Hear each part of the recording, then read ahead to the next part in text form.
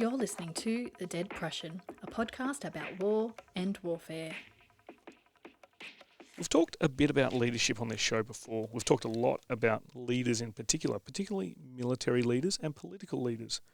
But we haven't really examined the concept of leadership.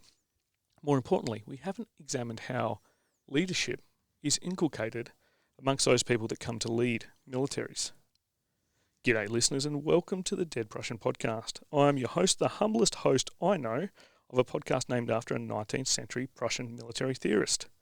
Thank you very much for all the support on social media. We really appreciate it. We never expected to get to 100 episodes and now we're fastly exceeding that. So we will continue to bring you new guests, like my guest today, who's going to talk about leadership in the Australian Defence Force and how Doctrine can help future leaders understand their role. My guest today is General Angus Campbell. He is an Australian Army officer and the Chief of the Australian Defence Force. He has held command, staff and senior public service roles and was the Chief of Army prior to his appointment as CDF. General Campbell, thanks for coming on the show. Mick, thanks very much. I'm delighted to be here. Now, General Campbell, before we start discussing new ADF Leadership Doctrine, particularly the new publication, Australian Defence Philosophical Publication 0 ADF Leadership, as someone who used to work in your team, it's very rare to be able to get you captive in a studio. So I'm interested to know what motivated you to join the military as an Army officer. That's a long time ago. Look, the simple answer is my father was in the Army, and I think he was a very powerful role model figure in our family, and for a family of 4 rambunctious young boys, 3 of whom ended up joining the Army.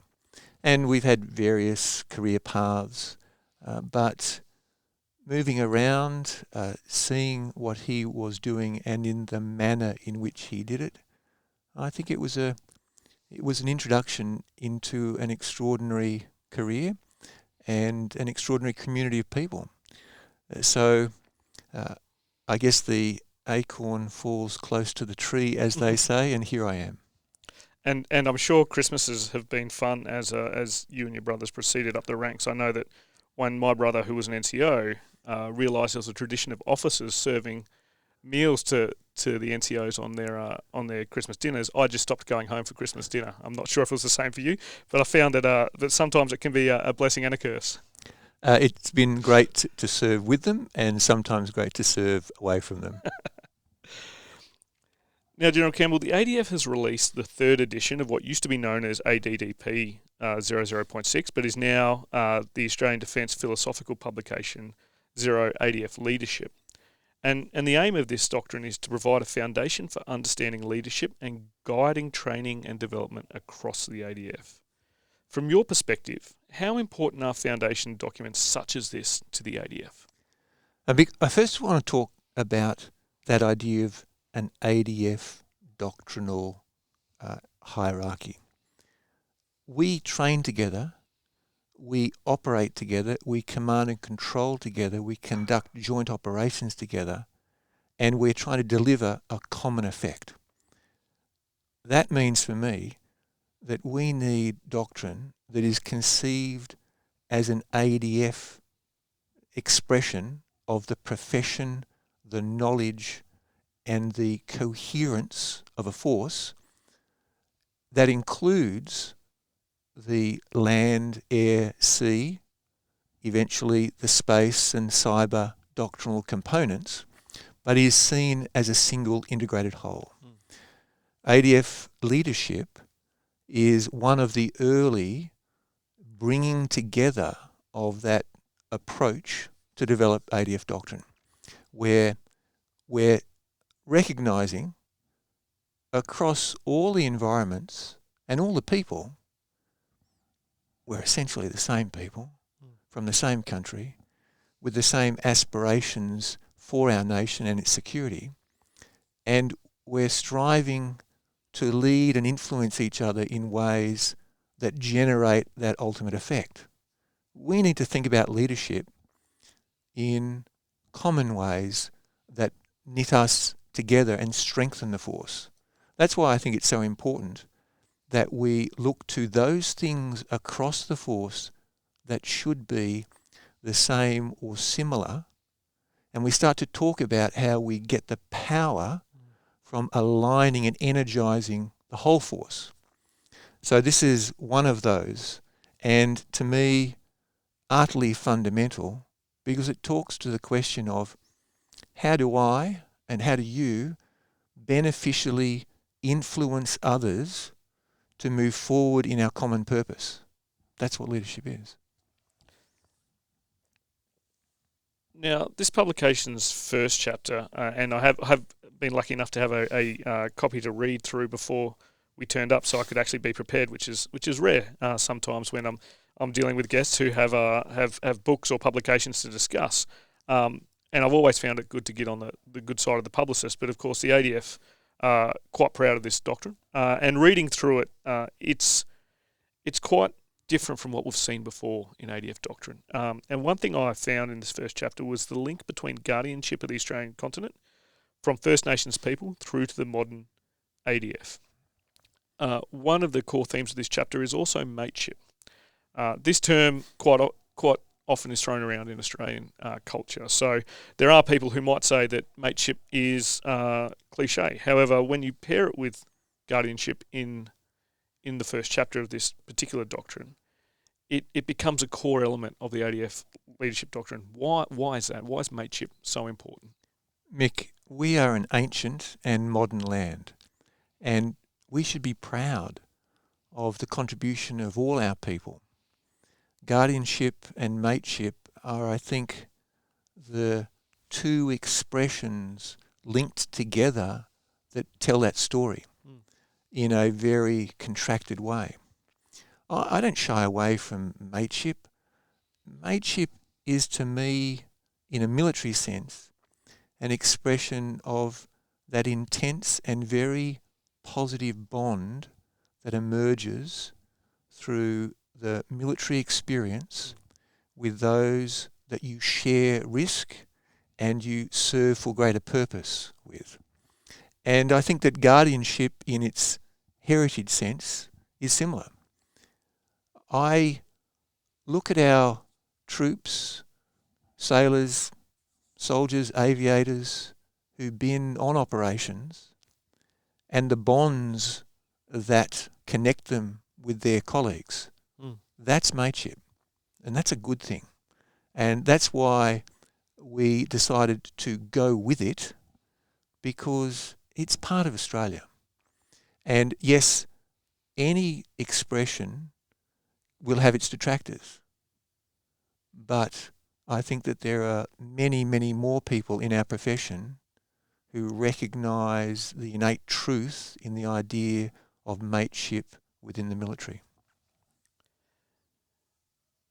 I certainly have quite a few mates, I think, that would agree with that sentiment, General Campbell. And one thing that I found with this doctrine publication was that the language in it is so much clearer than what we've seen previously. I know that a lot of junior leaders out there used to pick up doctrine and just say, "What is this trying to tell me?" Whereas this doctrine goes on to define leadership as the art of positively influencing others to get the job done, which I think is a wonderful statement in terms of its clarity. And you link that to the three aspects of military power: intellectual, moral, and material. Many of our listeners will understand leadership in terms relative to their own experience, noting that not all of our listeners have served in the military or will serve in the military.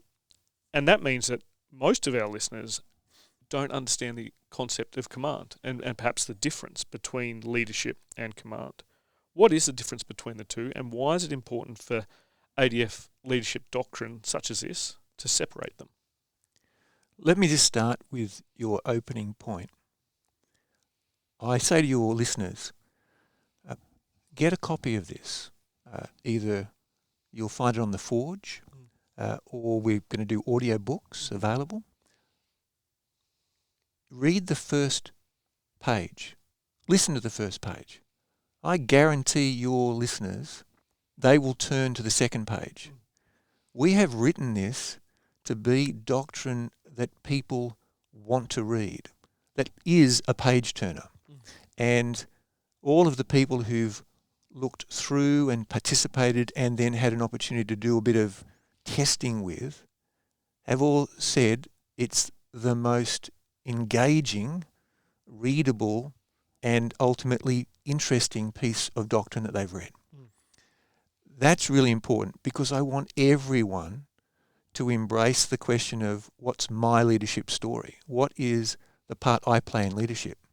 Now, you're right, it's about the art of influencing others and, for us, positively directing that influence to national purpose. Command in that story is a legal authority, and in particular, a legal authority in circumstances that may imperil life. Leadership, though, is about the inspiration. It's the art, it's the soul and the idea of the esprit of the force. It's how you connect people, not just to obey the order given through legal authority under command, but to how to inspire them to do so much more, and indeed inspire them to become the leaders of those around them as the message ripples through the organisation. You know, if management is the science of getting things done, and command gives me legal authority to direct, it's actually leadership that inspires people to believe in purpose and to go beyond the black letter law words on the page to achieve great things. And we see this in all walks of life. Where there's good management, a company may be well run, and where there is appropriate and lawful attention to direction, things may happen in a timely and efficient way, and you'll get what you can predict to get from that environment. Leadership generating inspiration and belief gets you so much more. It's a lesson I learnt when I left the military full-time service, and no longer had some of those old crutches to lean on. Leadership as influence, which is an important aspect of this doctrine, and as you said, the way it's engaged in this particular new publication, I think, is a way that many outside the military might recognise as a way of explaining concepts. Now, going further into the document, Chapter 5 mentions a good old favourite of the Australian Army in particular, mission command, a topic whose definition is often the subject of debate by soldiers, sailors and aviators of all ranks. And in fact, I spent quite a bit of time in the mess discussing this when I was a youngster. And many academics like to weigh in on the topic of mission command. In fact, most of the books on mission command are written by academics who have worked with defence or have themselves served. Now, as the Chief of Defence Force, what does mission command mean to you, and why is it important to the Australian Defence Force? Mission command is vital because it's the methodology that realises, reinforces and repeats the expression of initiative to seize opportunity on operations, in battle, in any circumstance. Mission command tells you what I as a higher commander seek to achieve, my intent, but gives as much latitude to you to execute that intent and to find ways to realise perhaps more than I had anticipated. You see, I'm never going to give you as many people, as much material and as much time as is reasonable. It just doesn't happen like that. I'm going to give you as much as is available, tell you the intent, and ask that your initiative, your innovation, your imagination, your teamwork, your capacity to lead and inspire overcomes all the other obstacles. Now, mission command has its foundation in mutual trust that you and I are professionally developed and we have an understanding of how each other works, and we recognize that I will support you and you will drive towards that intent. So trust, shared understanding of the situation, my intent as a commander, your execution through mission-style orders that focuses on this is what we're trying to achieve, not necessarily how we're trying to achieve it. And then there's the disciplined execution of the balance of initiative and risk. Now, initiative has its boundaries. Risk needs to be assessed. The higher commander will verify. It's not a free good.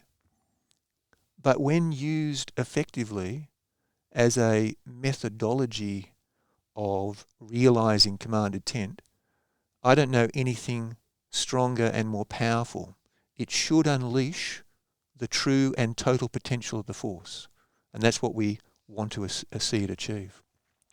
Well, I think we have a definitive definition on mission command, definitive as all definitions actually are. So I think all the debates in the mess can end. I'm not sure they will, but it's good to see that mission command sits at the top level of ADF doctrine, because we know that it is something that filters down, quite rightly, down to the lowest ranks, or the more junior ranks. Now, diverging slightly from doctrinal publications, but certainly not the theme. I'm keen to understand what you see as some of the most significant challenges ADF leaders are going to face in the future, and how doctrine like this will support them. The future of war and the future strategic environment in which Australia exists, and I believe will thrive, is going to be challenging. It's going to be something that drives and confronts us all to look at new ways of doing business.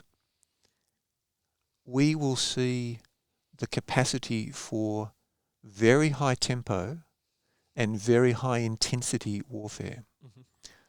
We will see levels of technology that will confound. We will also see the openings of artificial intelligence challenges that emerge in things like the insights from big data analysis, but eventually move into the autonomous systems, and one day perhaps the operation of capabilities that are beyond the human initiative and imagination. These are challenging environments. How to understand them and bring sense to them to create an ethical framework in which they exist, and in which humans that are plagued by war but can see war as something that is brought under control rather than ultimately something that wrecks life and has no outcome. These things need people. They need well-trained, thoughtful, forward-looking leaders and teams who are thinking about how to do things differently, how to understand new trends in technology, trends in economy, strategic circumstance. The idea of leadership is to create as many leaders at every level, and to empower people to believe they first lead themselves and then they lead those around them to purpose that drives the security and prosperity of Australia in challenging times. Now, I think understanding people is foundational to understanding war, and we stand at a point looking forward to great challenge. That means our investment in our people needs to be equally great. Now, before we get to the final question, which is almost what I like to call the butcher's bill for coming on the show. We're going to go to a bonus questions for those people who subscribe to the show and keep the lights on in the studio, although today we're in a different studio. But they still keep the lights on in the studio and pay for the equipment. So we'll have a quick pause. Now, for those listeners that didn't hear the bonus question, it was an absolute cracker of a question and an absolute cracker of an answer. And if you want to access it, make sure you subscribe. Now, General Campbell, my final question is one I ask of all guests. It relates to our mission on the show to define war in as many ways as possible, just like Big Carl, the dead Prussian himself. So I ask each guest to finish the sentence war is. So, General Campbell, I now ask you to finish the sentence war is. War is a failure of politics and policy by other means in the Western tradition, and war is now enduring and on all fronts in the Eastern tradition. And for Australia, war is both, and we must master both and find its integration. That is a fantastic definition for a reason you may not know, General Campbell, but the episode preceding yours, which hasn't gone to air yet, was an examination of Russian strategic theory. And it focused on Western individualism and Eastern collectivism. And as you said, Australia's kind of wedged right in the middle. So that's a fantastic definition, one that a decade ago when you and I sat on a Chinook flying over my gun position in Helmand Province, I didn't actually picture we would be here. But we did have headsets on and we did have microphones in front of our mouths. So, General Campbell, thank you very much for taking the time to come on the Dead Prussian and talk about ADF Doctrine and how the new publication regarding leadership in the ADF is seeking to be more engaging and drive forward leadership within the ADF. Thanks very much, Mick, and thanks to all your listeners. It's a cracker of a read. I encourage everyone to have a look at ADF Doctrine Leadership. Now, ladies and gentlemen, make sure you click on the show notes. We'll put the links to the Forge. That's theforge.defence.gov.au, where you can find the doctrine. You'll also be able to find the audiobook, and I won't give away who's reading the audiobook, but I tell you what, this is not a comment on whether or not he has a face for radio, but he definitely has a voice for audiobooks. And I tell you what, when I was a young ADFA cadet, I didn't mind getting in trouble because you felt like you were being comforted as you were getting in trouble. Now, also follow General Campbell on Twitter. You'll be able to keep up to date with everything that the ADF is doing at CDF_AUST. And you can also follow the hashtag YourADF. But until next time, listeners, grab a book and crack on.